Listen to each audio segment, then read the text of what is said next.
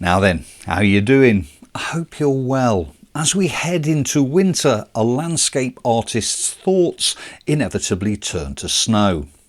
I love a snow scene, me. We don't get that much snow though, and when it does fall, it doesn't stick around for long. Well, not where I live anyway. Of course, none of this really makes a difference. If I fancy painting a snow scene, then I can generally conjure one up from thin air, although it can be helpful to have something as a starting point. Or simply put, any source material will do. All we really need is some imagination. Well, I'd like to share a pencil sketch with you where a photograph taken in the summer becomes a wintry snow scene. I did then use the sketch to paint it up into a watercolour, of which I'll throw in a sample at the end. The full version of that will, of course, be available to studio members of my YouTube channel and my online tuition service. Full details of how to sign up to either of those coming up later. In the meantime, here's the sketch.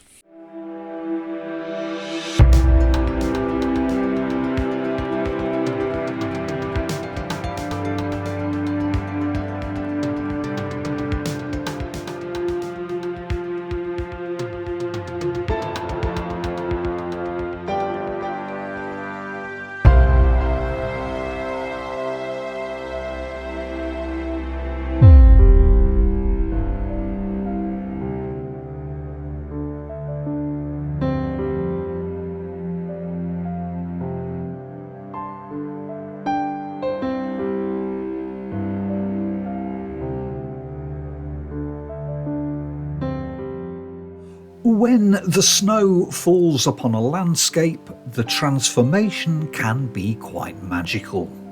A scene is essentially reduced to its simplest forms, punctuated by shadows that explain the contours beneath and winter-bare trees that are brought to full prominence. Here in many parts of the UK, however, snowfall is becoming something of a rarity, although, to be clear, if you're currently digging yourself out of 6-foot snowdrifts, then you're likely to have a different perspective, of course. Well, from an artist's viewpoint, snowfall is something of a gift. If you're hoping to paint up a few Christmas cards, though, sitting around waiting for it might not be an option. An alternative is to look for a potential subject that you can envisage perhaps working as a snow scene and then use your imagination. These scenes are from Langdale in the Lake District, shot at the height of summer. Even the sheep and cows can't be bothered to get up and walk around. It's a walker's and cyclists' playground, and despite the recent rain, I'm looking at this barn and the trees that surround it with a slightly different agenda. I'm thinking and wondering, how might this look as a wintry sunset?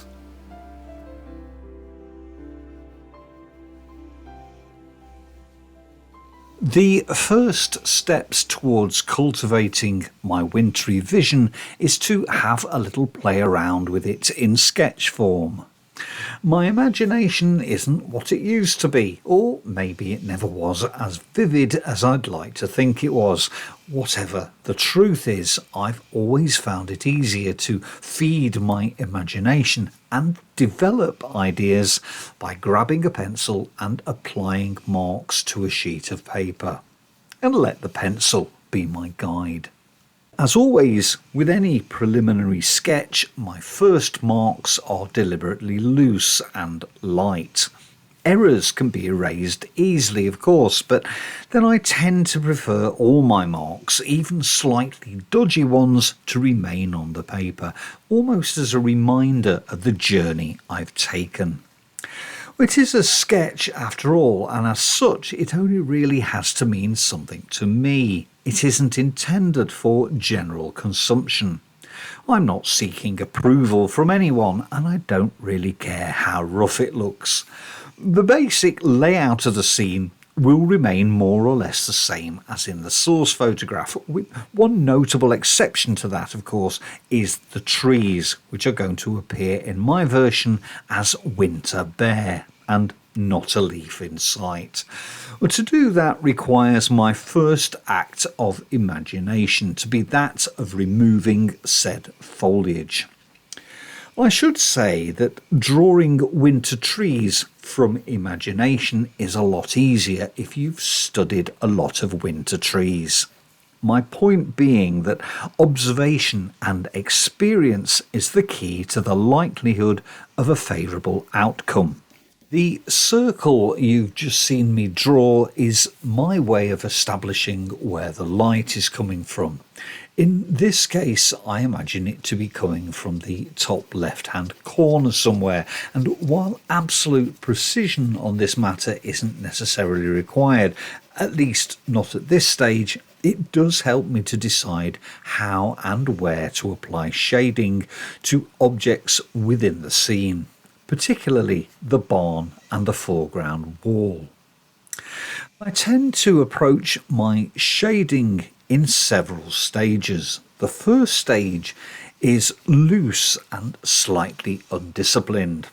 I'm wanting to break things down into light and dark quickly and efficiently, so I'm not too worried about a tidy result at this point.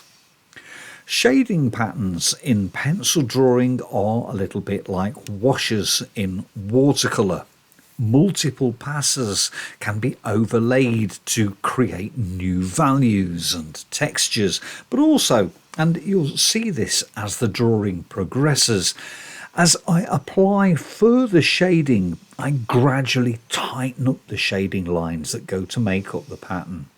The ultimate goal of shading, after all, is to create as smooth and consistent a finish as possible, varying it to create alternating values and also to suggest texture. So here you can see that I'm going over the barn a second time. Overlaid shading patterns will automatically increase their intensity by virtue of having one on top of the other, although I am increasing the pressure I apply to the pencil, which will also make it appear darker. Well, I'm extending the process across the whole of the drawing, concentrating on areas that I feel need the attention, but still keeping it relatively loose as I do so. The next phase of my drawing involves making some sense of the wall, trying to understand its construction, but also breaking it down into its component parts. Well, it helps that I've had the opportunity to study stone walls at first hand over more years than I care to remember, but essentially I'm wanting to avoid too much repetition in the stones, and also I want to avoid making marks that are too angular or geometric. Well, let's also not forget that I'm turning this into a snow scene, so giving some thought to how the snow might be lying is also important if I want to convince the viewer that the snow is authentic.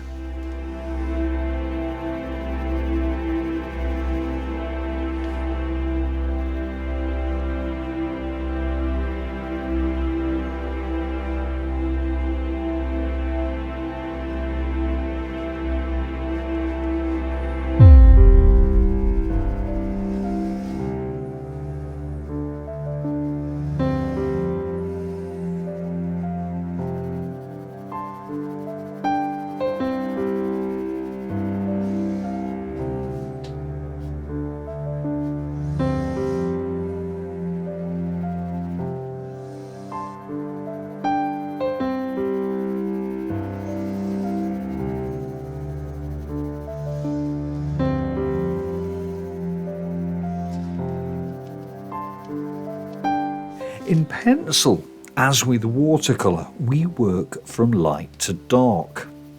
Contrasting tones are necessary if we want to maintain good definition between the objects within our composition. Also, tone is relative. By that I mean that the lighter and brighter we want something to appear, the darker the adjacent tone needs to be.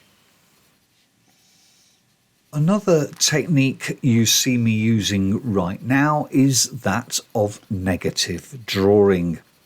To create the impression of light-toned trees in front of a dark background, I'm essentially shading around the branches of the tree, leaving them as untouched highlights. It's all a bit rough and could use some finesse, but I hope you get the general idea. Such fine highlights could be lifted out retrospectively with an eraser, of course, and another alternative solution would be to use a white pencil. In a sketching situation such as this, however, I'm always happier winging it and creating highlights as I go along without the aid of any extra tools. I find it far more spontaneous and efficient, although really fine highlights can be something of a challenge.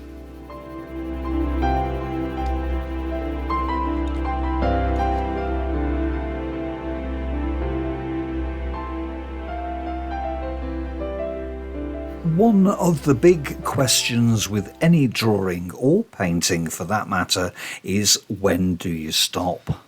Well, particularly with pencil, it's possible to just keep adding details ad infinitum, but then the more you add, the less impact it's potentially going to make. Less is more and all that. Well, it makes sense that I'm wanting to develop the trees a little, if only to establish their relationship to the background hill. Making this large tree tall enough to break up the line of the hill behind it, for example, helps to reinforce its position within the scene. It pulls it forward and prevents it from effectively being swallowed up by the hill. Another important aspect of the composition is to do with the shadows.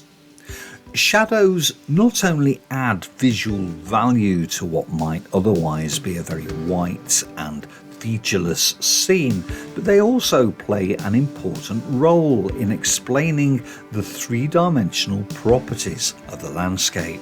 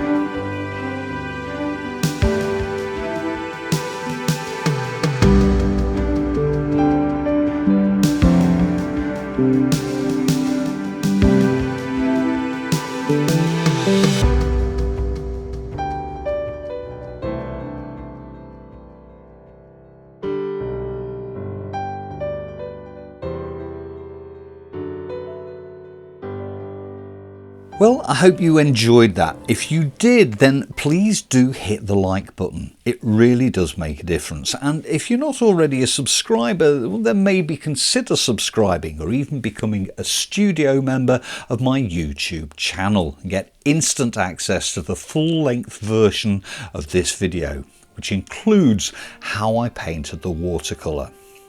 There are other sign-up options which you'll find in the description below. In the meantime, I'll see you next time. Take care.